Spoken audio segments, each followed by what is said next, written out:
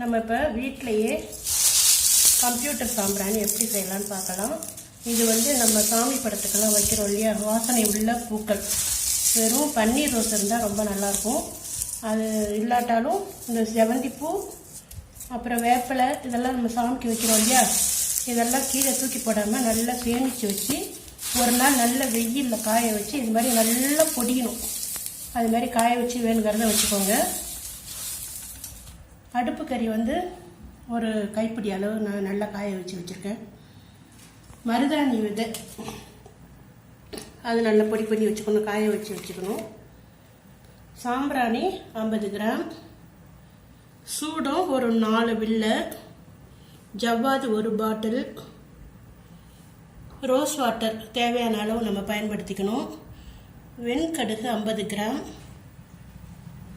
லவங்கம் ஒரு 10-15, பச்சை கற்பூரம் ஒரு 2-3 கட்டி, ஏலக்காய் 10, சுருள் பட்டை ஒரு கைப்பிடி அளவு, பசுனை தேவையான அளவு நம்ம யூஸ் பண்ணிக்கணும்.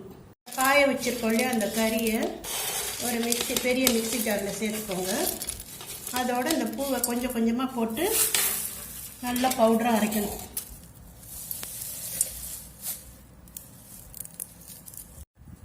முதல்ல பூவும் கறியும் போட்டு பெரிய ஜாரில் அரைச்சிட்டோம் இல்லையா, இப்போ சின்ன மிக்சி ஜாரில் இந்த வாசனை பொருட்கள்லாம் போட்டு அரைக்கணும். ஏலக்காய், கிராம்பு, பச்சை கற்பூரம், சுருள் பட்டை,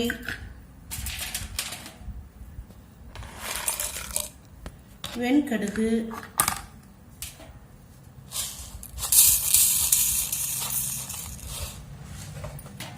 சூடம், ஜவ்வாது 1 பாட்டில் ஜவ்வாது போடுங்க. அடுத்தது சாம்பிராணி எல்லாத்தையும் போட்டு இப்போ நல்லா நைஸாக பவுடர் ஆகணும். இப்போ வாசனையான பொருட்கள்லாம் அரைச்சிட்டு வந்தாச்சு.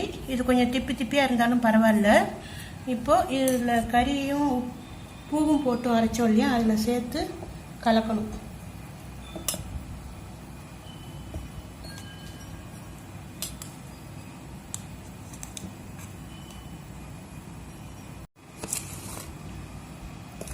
இதில் கறி கிடைக்கலன்னா பரவாயில்ல, கறி கிடைக்காட்டாலும் மற்றதை பயன்படுத்தி நீங்கள் இது மாதிரி அரைச்சி வச்சுக்கலாம்.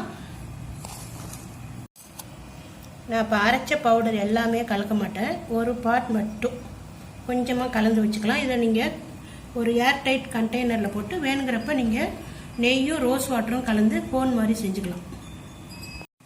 ஒரு பார்ட் மட்டும் எடுத்து நான் இப்போ உங்களுக்காக கோன் செஞ்சு காமிக்க போகிறேன். ஃபஸ்ட்டு நெய் கலந்தோம் இல்லையா, அடுத்தது ரோஸ் வாட்டர். தண்ணி சேர்க்கக்கூடாது.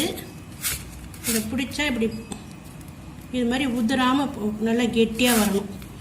அந்த அளவுக்கு ரோஸ் வாட்டர் சேர்த்து நம்ம கோன் செய்யணும். நீங்கள் இது மாதிரி பவுட்ரு பண்ணி ஒரு பாக்ஸில் ஏர்டைட் பாக்ஸில் போட்டு மூடி வச்சுக்கிட்டிங்கன்னா வேணுங்கிறப்ப நெய்யும் ரோஸ் வாட்டரும் கலந்து இது மாதிரி சாம்பிராணி நம்ம பிடிச்சி வச்சு சாமிக்கு ஏற்றிக்கலாம். இதை வெயிலில் வைக்கக்கூடாது, நிழல்லையே 2 ஃபேன் காற்றுல வச்சோம்னா காஞ்சிடும். இதை ஏற்றும் போது வீட்டில் தெய்வீக மனம் கமழும்.